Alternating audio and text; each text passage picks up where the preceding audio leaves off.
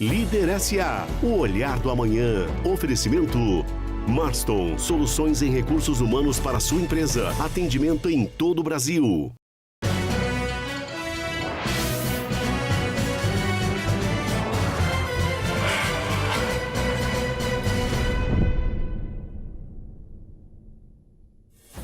Olá, minhas amigas e meus amigos. Uma alegria ter vocês conosco no Líder SA. No programa de hoje eu entrevisto o escritor, palestrante e executivo C-Level Marcelo Simonato. Simonato possui mais de 25 anos de experiência profissional, atuando em grandes empresas nacionais e multinacionais em cargos de liderança. É um dos principais especialistas brasileiros em liderança e gestão de pessoas e atua com treinamentos e palestras em todo o território nacional. Autor das obras Pilares do Sucesso Profissional e O Líder de A a Z, também foi coordenador editorial dos livros Segredos de Alto Impacto, O Poder do Óbvio e Liderando Juntos. Ele também é um dos nossos colunistas, o Líder SA no portal sbtinterior.com. Marcelo, uma alegria recebê-lo agora como meu entrevistado no programa Líder SA. Muito obrigado, Ricardo. É um prazer estar aqui com você, com a sua audiência e também com todos que nos acompanham, seja lá pela coluna, como também em todos os programas de alto conteúdo, alto valor que você tem trazido aqui para os telespectadores. Para nós começarmos esse bate-papo, a gente está com o seu livro aqui na bancada. Eu gostaria que você compartilhasse conosco como surgiu a ideia de escrever esse best-seller, já é um best-seller, O Líder de A a Z. Como que em meio a uma crise, né, nós estamos vivendo global, você teve tempo, teve discernimento para lançar um livro. E aí o que muitos se esquecem é que o livro, na verdade, se você olhar de frente para trás, é como uma gravidez, digamos assim, né? Leva todo um tempo. Então esse livro ele começou a ser concebido muito antes da pandemia, lá no final de 2019 ainda. Então nós não imaginávamos pelo que nós íamos passar. E a ideia, até pelo nome do título, né, O Líder de A a Z, foi fazer uma analogia, primeiro ao nosso alfabeto. Então, da letra A até a letra Z, com características, qualidades, atributos que todo profissional, especialmente o líder, deve ter ou deveria ter para ser um líder moderno, um líder relevante, um líder que traz resultados para suas empresas. No meio do caminho, eu adicionei uma pitada a esse alfabeto com a questão das vitaminas, especialmente por esse momento que nós estamos vivendo. Quão importante é nós nos fortalecermos em termos de saúde física, não é verdade? Então, as vitaminas são vitais, são importantíssimas para o nosso organismo. Mas, na nossa vida intelectual, na nossa vida profissional, também nós precisamos nos agregar valores, agregar conhecimentos e diversos atributos, os hard skills, mas também os soft skills, para que a gente possa, então, continuar seguindo e crescendo nessa jornada. Então, é um alfabeto, 26 capítulos, 26 letras, mas que trazem essa analogia, seja com o alfabeto, mas também com a importância das vitaminas na vida de um profissional, de um líder. Uma das letras que é fundamental para liderança é a C, de comportamento. Você fala sobre isso no seu livro. Quais são os comportamentos que um líder deve ter? O comportamento é como a ponta de um iceberg. É aquilo que nós vemos para fora d'água. A pessoa me xingou, a pessoa é brava, a pessoa é isso, a pessoa é aquilo. É o que ela transparece para o público. Mas por que houve aquele comportamento? Na verdade, isso se deve a coisas que estão debaixo d'água, como num iceberg.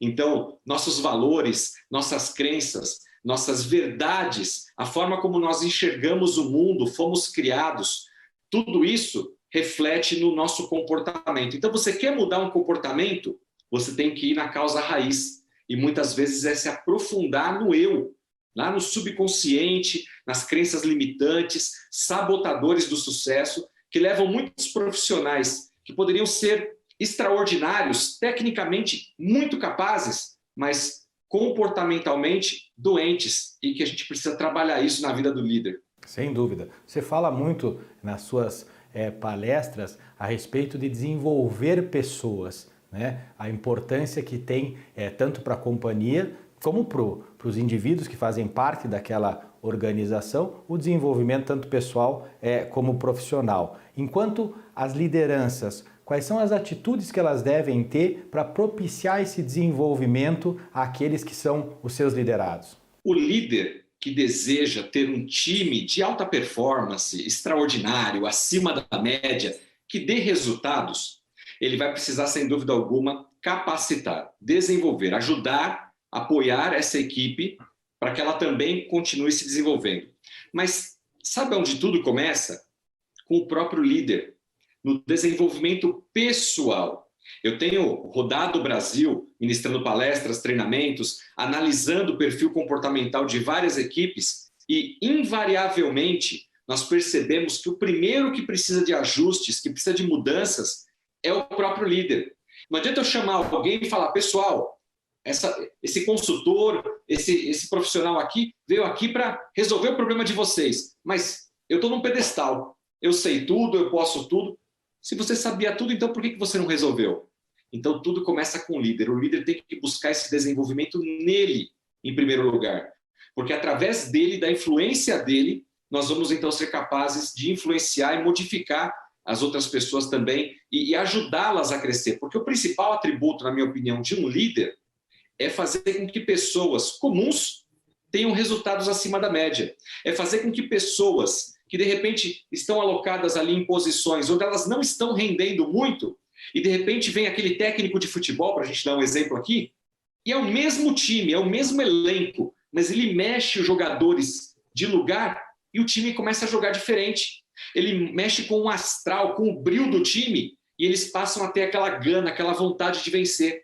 Essa é a responsabilidade de um líder, inverter esse jogo, não necessariamente trocando as pessoas, mas sim motivando, capacitando, colocando as pessoas certas no lugar certo.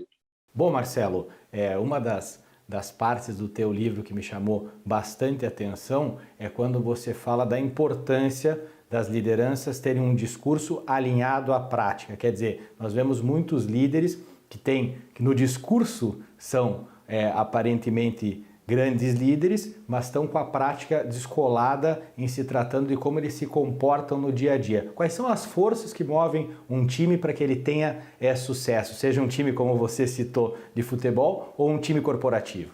Faça com que a sua equipe participe. Talvez eles não tenham todo o conhecimento, toda a experiência ainda, mas justamente o participar vai fazer com que todos da equipe cresçam. Eu, como líder executivo de uma grande multinacional, tenho a responsabilidade, número 1, de tomar decisões, e muitas vezes decisões difíceis. Mas o que eu faço, Ricardo? Sempre busco escutar a minha equipe. Porque dentro daquela equipe tem pessoas que têm opiniões, experiências diferentes das minhas.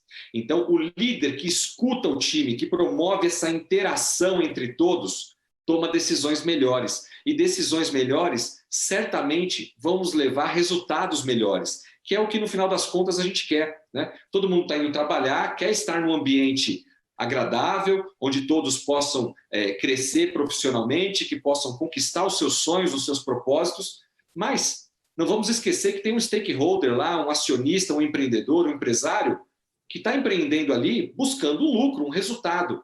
Então, eu como líder, junto com o meu time, tenho que, de todas as formas, tudo que nós fizermos tem que convergir para que a gente entregue um resultado melhor. Nós engajamos a equipe, na minha opinião, basicamente por 2 formas. A primeira, alinhando os propósitos da empresa com os propósitos individuais de cada colaborador. Por que as pessoas trabalham comigo? Ah, Marcelo, eles trabalham para ganhar um salário. Mas o salário é um dinheiro. Dinheiro é papel. O que eu faço com o dinheiro é que importa. E para cada colaborador, o que importa é diferente. Porque um pode estar querendo crescer na carreira, o outro já está pensando na aposentadoria, o outro está pensando em juntar um dinheiro para sair do país, para fazer um curso no exterior, para se casar, comprar uma casa. Quando eu, como empresa, como líder, consigo alinhar o propósito individual, porque é individual, de cada um dos colaboradores com um propósito maior, que é o da empresa, aí ocorre engajamento. Quando eu consigo fazer com que os colaboradores entendam que a atividade micro que cada um deles está fazendo, mas que na soma geral está fazendo a grande engrenagem que é a empresa rodar, isso gera engajamento. E times de alta performance existem não onde nós temos necessariamente os melhores talentos, mas onde nós temos profissionais engajados, trabalhando por propósito e felizes. É interessante que você citou a questão de ouvir as diferentes opiniões. Por conseguinte, a gente entra numa pauta que sempre está muito à tona, que é a diversidade. Eu sempre digo que, na verdade, nós nem deveríamos discutir diversidade, apesar de ser extremamente necessário, porque o normal é ser diverso. Mas isso faz com que nós transponhamos essa barreira para chegarmos à equidade, que talvez seja o grande objetivo de todas essas discussões. Você anda por todo o Brasil, em diversas empresas de diversos portes, é CFO numa grande multinacional de tecnologia. Qual é a sua percepção?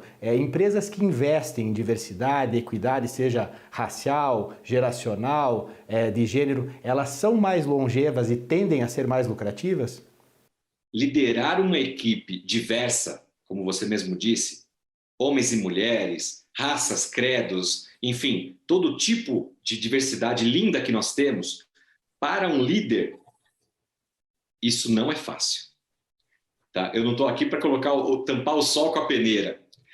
Você trabalhar com pessoas que divergem de você em opiniões, porque tem outro tipo de crença, outro modo de ver o mundo, não é fácil. Só que as pesquisas já revelaram que as empresas e os líderes que possuem equipes diversas chegam a ter quase 25% a mais de resultados, Ricardo. Uma equipe diversa vai render melhor. Cabeças que pensam de forma diversa vão trazer mais inovação, mais criatividade. É o pensamento produtivo, não é mais do mesmo. Não é simplesmente respeitar a autoridade e fazer tudo que aquele líder ou aquele empresário está mandando. Porque eu não sou o dono da verdade, eu não sei tudo. Eu quero ter pessoas tão boas ou até melhores do que eu, que realmente me desafiem, porque eu cresço, nosso time cresce e, por consequência, a empresa cresce. Tem uma frase, aliás, não é uma frase, né? O título de um capítulo do seu livro que diz o seguinte: participação, é juntos que devemos andar. Esse é um desdobramento disso que você falou, mas também é um grande desafio para empresários e lideranças. Eu estou correto nesse raciocínio? Imagina você o seguinte: eu sou líder. Se eu não tenho equipe, eu estou liderando quem? Liderando máquina, liderando equipamentos, computadores. Então, para haver um líder, precisa ter uma equipe, pessoas. E não dá para eu, hoje em dia, liderar de cima de um pedestal, de um trono, mandando e as pessoas fazendo, sem me questionar, sem discordar de mim, e está tudo certo. Esse modelo é um modelo extremamente atrasado, que, infelizmente, nós ainda vemos em muitas empresas tradicionais no mercado. Fadado a acabar, não tenho dúvida nenhuma disso. Especialmente porque a geração Y, e inclusive alguns da geração Z, já estão assumindo cargos de liderança. Então, os baby boomers, geração X como a minha, com o tempo, é natural, é uma questão da idade, do nosso tempo de duração no mercado de trabalho, com o tempo a gente vai passando o bastão para as novas gerações. E essas novas gerações já não vão liderar com esse modelo manda quem pode, obedece quem tem juízo. Logo, nós precisamos liderar juntos, caminhar de mão dada com essa equipe que pensa diferente, que tem percepções diferentes, mas qual é o grande papel do líder? Juntar todas essas percepções, essas experiências distintas, com propósitos pessoais diversos, mas juntar toda essa equipe rumo a um alvo. Essa é a beleza da liderança. Fazer com que pessoas que nem queriam ir para o norte, mas junto com você, ela vai para o norte, porque você traçou um objetivo, mostrou um propósito maior e fez com que aquelas pessoas então embarcassem naquela ideia sua e juntas vão com você buscar aquele resultado. Uma necessidade das lideranças é tomar decisões com velocidade, com convicção, por conseguinte, com coragem. Nem todas as pessoas estão preparadas para isso ou têm isso, digamos, quase que de forma inata, instintivamente. É possível desenvolver esse tipo de capacidade no indivíduo?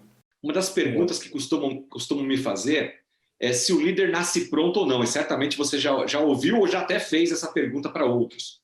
E graças à ciência, já foi comprovado de que existe um gene com uma predisposição para a liderança. Ou seja, existem pessoas que nascem com uma certa disposição à liderança. E por quê? Porque são mais empreendedores, talvez mais comunicativos, mais corajosos, inclusive na questão de tomada de decisão.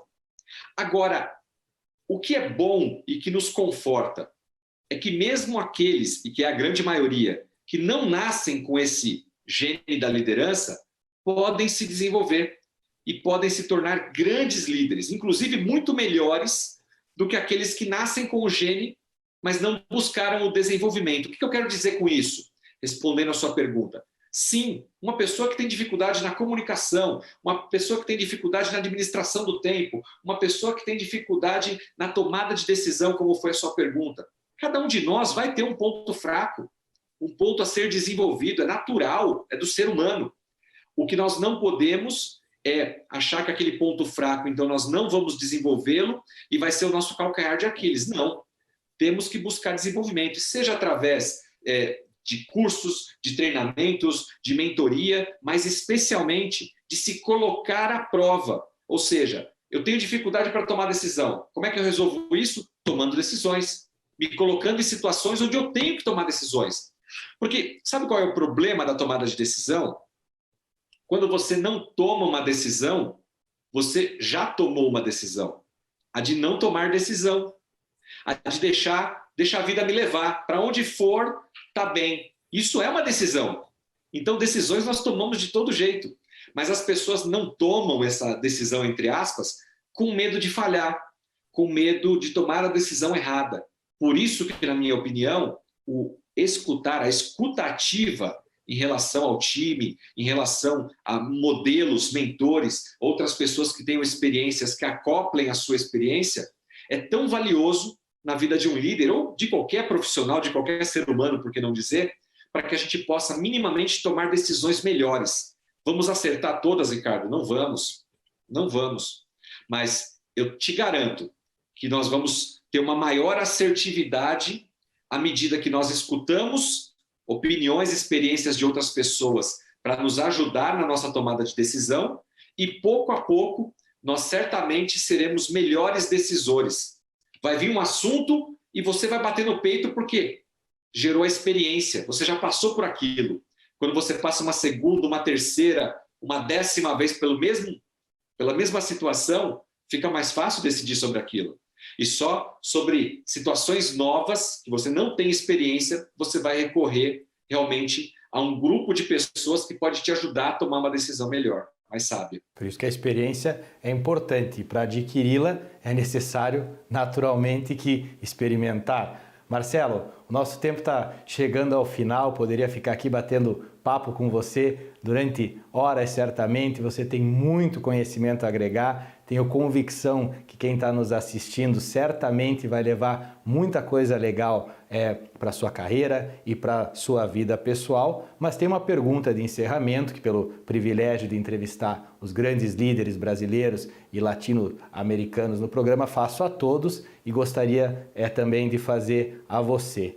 Para Marcelo Simonato, qual o Brasil que dá certo? Traçando um paralelo ao que eu vejo como liderança corporativa nas empresas, nós precisamos de um Brasil com menos caciques, com menos pessoas que se acham acima do bem e do mal, que tomem decisões sozinhos e pensando no seu eu e não no bem comunitário.